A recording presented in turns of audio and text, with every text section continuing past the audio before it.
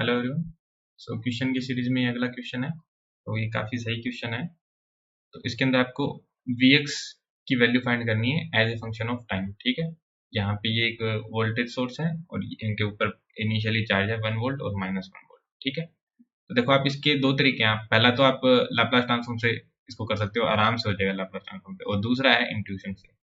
ठीक है, तो इंट्यूटिवली इसको कैसे सोल्व करना है वो मैं आपको बाद में बताऊंगा। पहले आप लाप्लास से देख लो, मैंने पहले से लिख ही रखा है। ठीक है, क्योंकि इसमें कुछ समझाना तो होता नहीं, सर्किट को ऐसे रिप्लेस कर दिया। ठीक है, उसके बाद इक्वेशंस लगा दी और इक्वेशन से ये आउटपुट आ गया आपका। इसको देख लो, इसको 1 माइनस 2/3 e⁻t/3ut। ठीक है, तो ये आ गया। ठीक है, तो अब बात करते हैं इसको इंट्यूशन से कैसे लिखेंगे। ठीक है, तो पहले बात करता हूँ मैं t=0 पे Vx की वैल्यू। ठीक है, तो मैं इसमें सुपर पोजिशन लगाऊंगा। पहले मैं इसके इफेक्ट को नहीं देख रहा, जो वोल्टेज सोर्स है इसके इफेक्ट को नहीं देख रहा। पहले मैं देख रहा हूँ केवल जो कैपेसिटर पे इनिशियल चार्ज है उनके इफेक्ट से, इनिशियल वोल्टेज है उनके इफेक्ट से। ठीक है, तो ये है 1 वोल्ट का, ये है -1 वोल्ट का। बैटरी एक तरह से बैटरी से रिप्लेस हो जाएगा ये t=0 पे। अब देखो, आपको ये एकदम सिमेट्रिकल नेटवर्क दिख रहा है। यहाँ पे 1 ओम 1 फैरेड, 1 ओम 1 फैरेड, और यहाँ पे बीच में 1 ओम। तो ये पूरा नेटवर्क एकदम सिमेट्रिक है। तो इस 1 ओम में इसके कारण जितनी करंट आएगी उतनी ही करंट इसके कारण भी आएगी ना, -1 वोल्ट के कारण, बस ऑपोजिट डायरेक्शन में। देखो सिमेट्रिकल नेटवर्क है एकदम।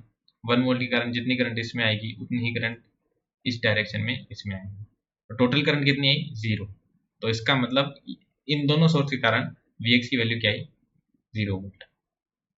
देख लो symmetrical network, same current flow होगी, 0 वोल्ट आ गया। अब बात करते हैं इसकी यूटी के इफेक्ट के कारण।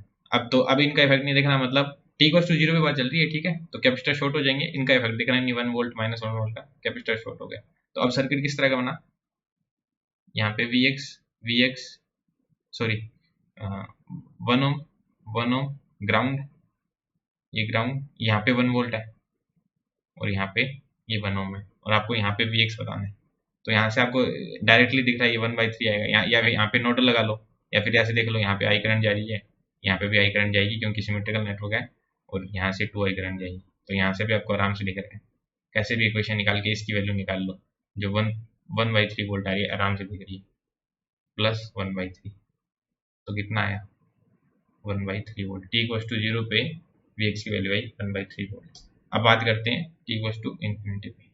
तो फिर सुपरपोजिशन लगा रहा हूँ, इसका इफेक्ट नहीं देख रहा मैं फिर से। ठीक है, तो अब इसका इफेक्ट देखेंगे।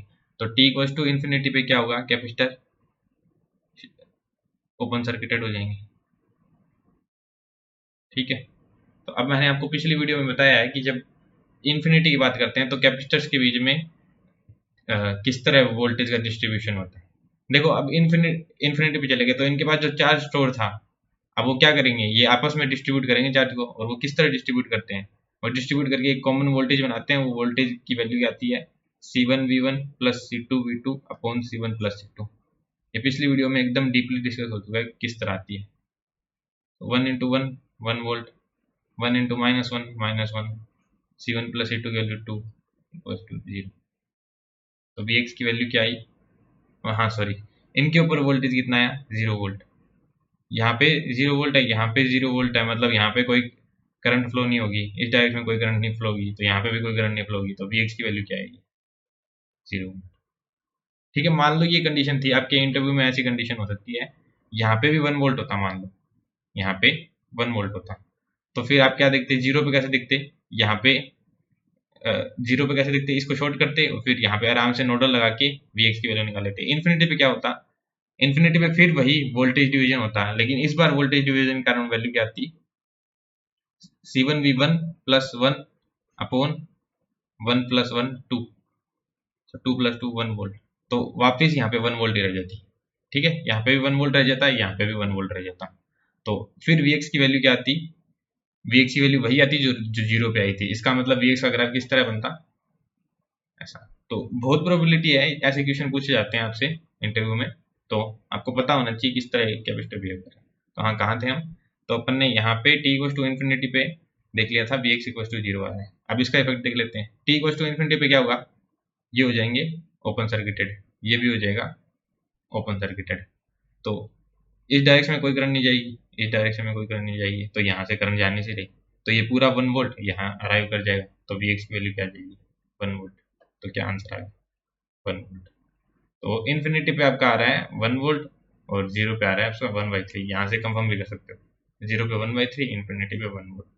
अब डायरेक्ट इक्वेशन लिख सकते हो आप Vx की इस तरह की, इन्फिनिटी पे 1 है, ठीक है, और फिर लिखना है infinity minus 1/3, sorry 1/3 minus infinity, तो ये आ गया -1/3 e to the power minus t upon two ut। तो क्या आ गया आपका एक्सप्रेशन। अब बात आती है टो की, टो कैसे फाइंड करें। तो देखो इसका इतना सही अप्रोच तो मेरे को नहीं मिला, फिर भी थोड़ा ट्राई करते हैं, डायग्राम बनाते हैं और फिर ट्राई करते हैं, ठीक।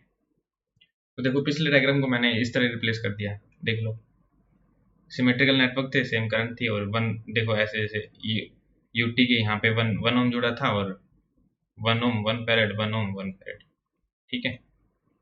तो इस तरह रिप्लेस कर दिया। अब देखो आपको दिख रहा है कि इस ब्रांच का इम्पिडेंस और इस ब्रांच का इम्पिडेंस दोनों इक्वल है।